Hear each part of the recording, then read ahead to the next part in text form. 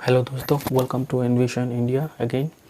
आज हम बात करने वाले हैं cash book, double column cash book के बारे में।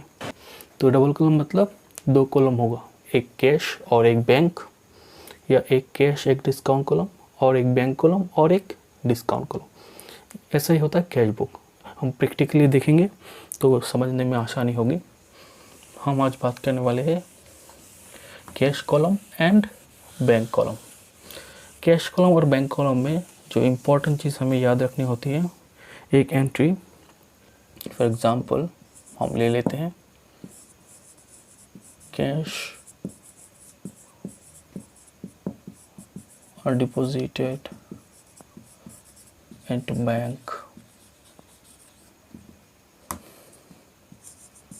ऑफ ₹1000।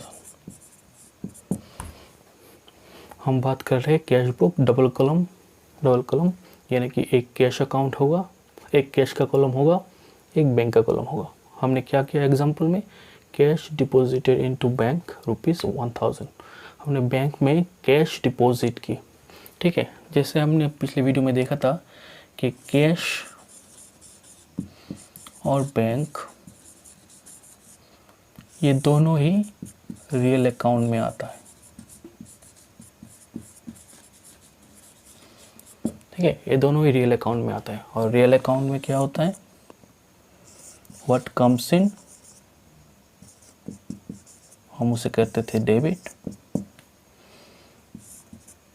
व्हाट गोज आउट हम उसे कहते थे क्रेडिट।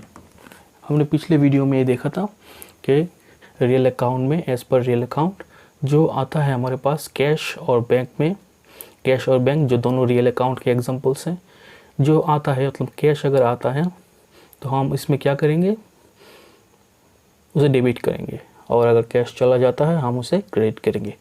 हम और भी कह सकते हैं, अगर कैश का अमाउंट इंक्रीज़ होता है, कैश का अमाउंट और बैंक का अमाउंट अगर इंक्रीज़ होता है, बढ़ता है, तो हम उसे करेंगे डेबिट, और अगर कैश और बैंक का अमाउंट घट जाता है हम उसे करेंगे क्रेडिट। बस हमें इतना हमने पिछले वीडियो में हमने देखा था, ठीक है।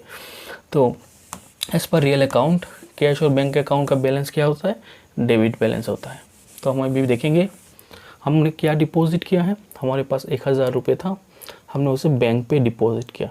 तो बैंक में डिपॉजिट करते हुए क्या हुआ, बैंक का कॉलम, बैंक का अमाउंट इंक्रीज हो गया। तो एज पर रियल अकाउंट हम उसका जर्नल क्या करेंगे, हम उसका जर्नल करेंगे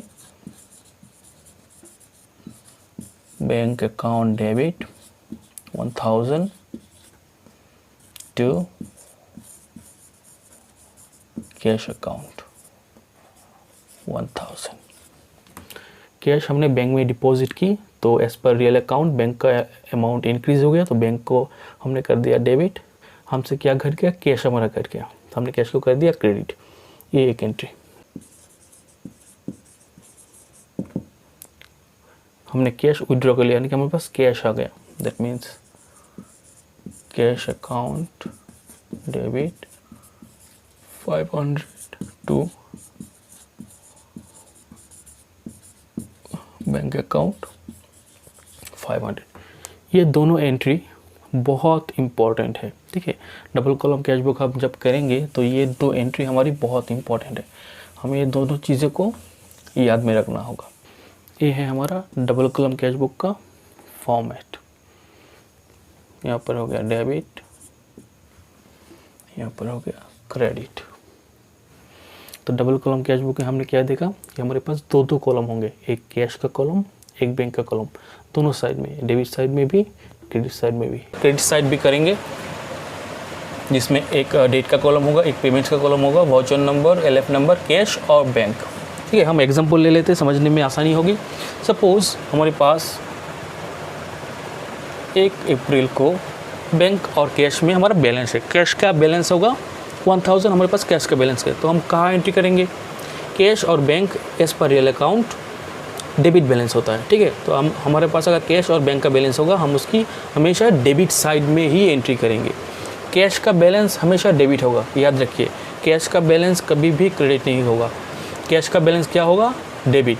तो क्या अगर मिस्टर एक्स से हमें चेक रिसीव कर रहे हैं तो हमारा बैलेंस क्या इंक्रीज़ होगा, बैंक का बैलेंस इंक्रीज़ होगा। सपोज हमने 1000 का एक चेक रिसीव किया तो हमारा बैंक का बैलेंस इंक्रीज़ होगा। अगर बैंक का बैलेंस इंक्रीज़ होगा तो हम कहाँ लिखेंगे, बैंक के डेबिट साइड में जाके लिखेंगे 1000।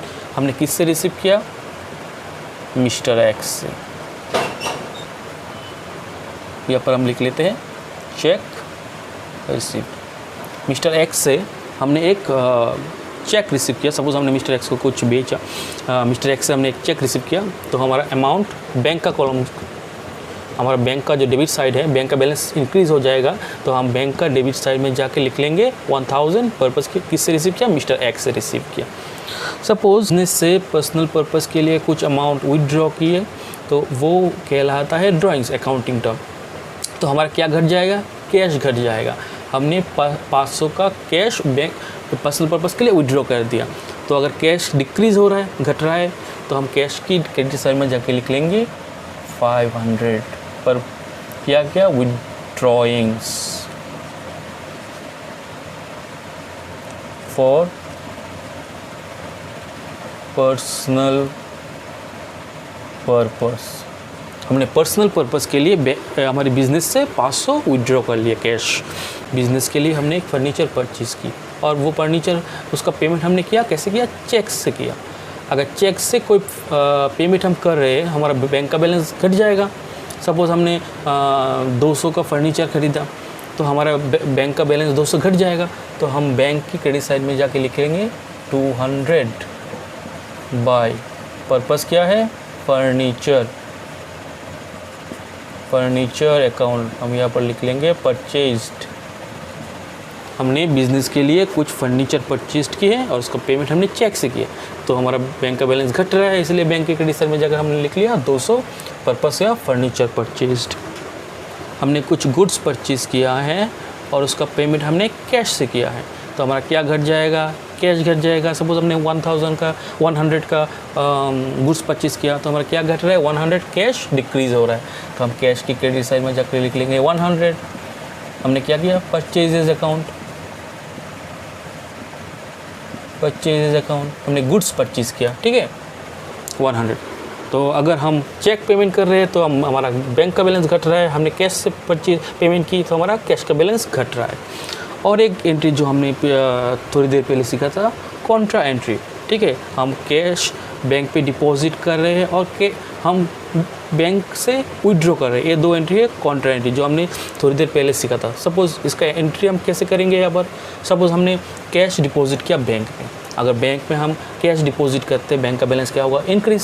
सपोज़ हमने 1000 का बैंक में डिपॉजिट किया तो बैंक का डेबिट साइड में हम लिख लेंगे 1000 क्योंकि बैंक का बैलेंस क्या हुआ, इंक्रीज़ हो रहा है, ठीक है।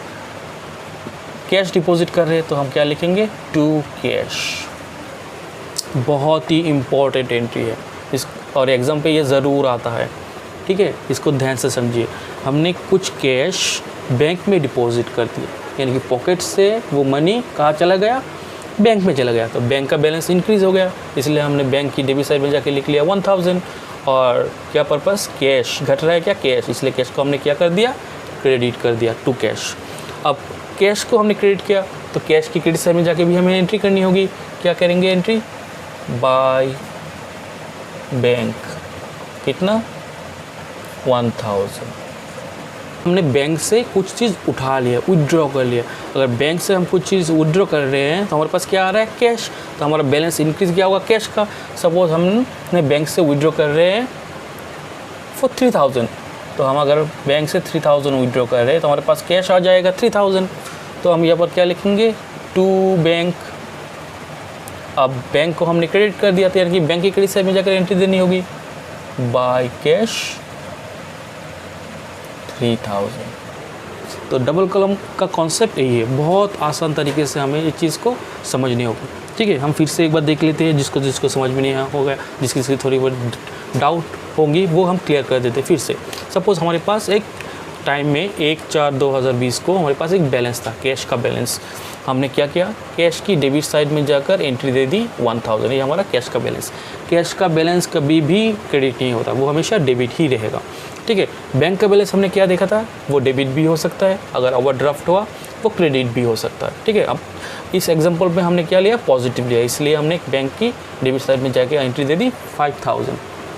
फिर हमने क्या, मिस्टर एक्स से एक चेक रिसीव किया 1000। चेक रिसीव करेंगे तो इंक्रीज़ क्या होगा, बैंक का बैलेंस इंक्रीज़ होगा, तो हमने बैंक की डेबिट साइड में जाकर एंट्री दे दी 1000। क्या रिसीव किया, चेक रिसीव किया टू मिस्टर एक्स। इस बार और एक क्या हम और एक चीज़ हमने क्या देखेंगे, सपोज़ हमने बिज़नेस के पर्सनल पर्पस के लिए कुछ कैश उठा लिया 500 कैश, तो वो टर्म अकाउंटिंग क्या होता है, अगर बिज़नेस से हम कुछ चीज़ पर्सनल पर्पस के लिए कुछ कैश उठा लेते हैं, उसका अकाउंटिंग टर्म होता है ड्राइंग्स, और उससे कैश घट जाएगा, इसलिए कि कैश की क्रेडिट साइड में जाके हमने लिख लिया 500 और उसका हमने क्या लिख लिया, बाय ड्राइंग्स। सपोज हमने कुछ फर्नीचर परचेज़ की थी और उसका पेमेंट हमने चेक से की थी, तो हमारा बैंक का बैलेंस घट जाएगा, इसलिए बैंक की क्रेडिट साइड में जाके हमने लिख लिया 200। पर्पस क्या होगा, फर्नीचर परचेज्ड, फर्नीचर अकाउंट, ठीक है। फिर हमने कुछ गुड्स परचेज़ की थी जिसका पेमेंट हमने किया था कैश से, तो हमारा कैश घट जाएगा, कैश की क्रेडिट साइड में जाके हमने entry they the 100 by purchase. तो एक चीज़ अब देखिए, ये भी आपको सीखने वाली एंट्री होगी। ये जो 2 एंट्री है, फर्नीचर क्या होता है, फर्नीचर एक एसेट है। अगर हम एसेट परचेज करते हैं तो हम उसके अकाउंट में ही ट्रांसफ़र करेंगे। सपोज़ हमने फर्नीचर परचेज़ की, सपोज़ हमने मशीनरी परचेज़ की, तो हम क्या लिखेंगे, बाय फर्नीचर, बाय मशीनरी, ठीक है। लेकिन जब गुड्स परचेज़ करते हैं, गुड्स, तब हम क्या लिखेंगे, परचेजेस। तो इन दोनों में कन्फ्यूजन मत होइए। अगर गुड्स परचेज़ करेंगे तो हम लिखेंगे परचेजेस, और अगर कुछ एसेट परचेज़ करते हैं, सपोज़ कुछ फर्नीचर, टेबल, कंप्यूटर, मशीनरी, तो हम उस अकाउंट पे लिखेंगे bye computer, bye furniture, by plant and machinery, ऐसे लिखेंगे, ठीक है।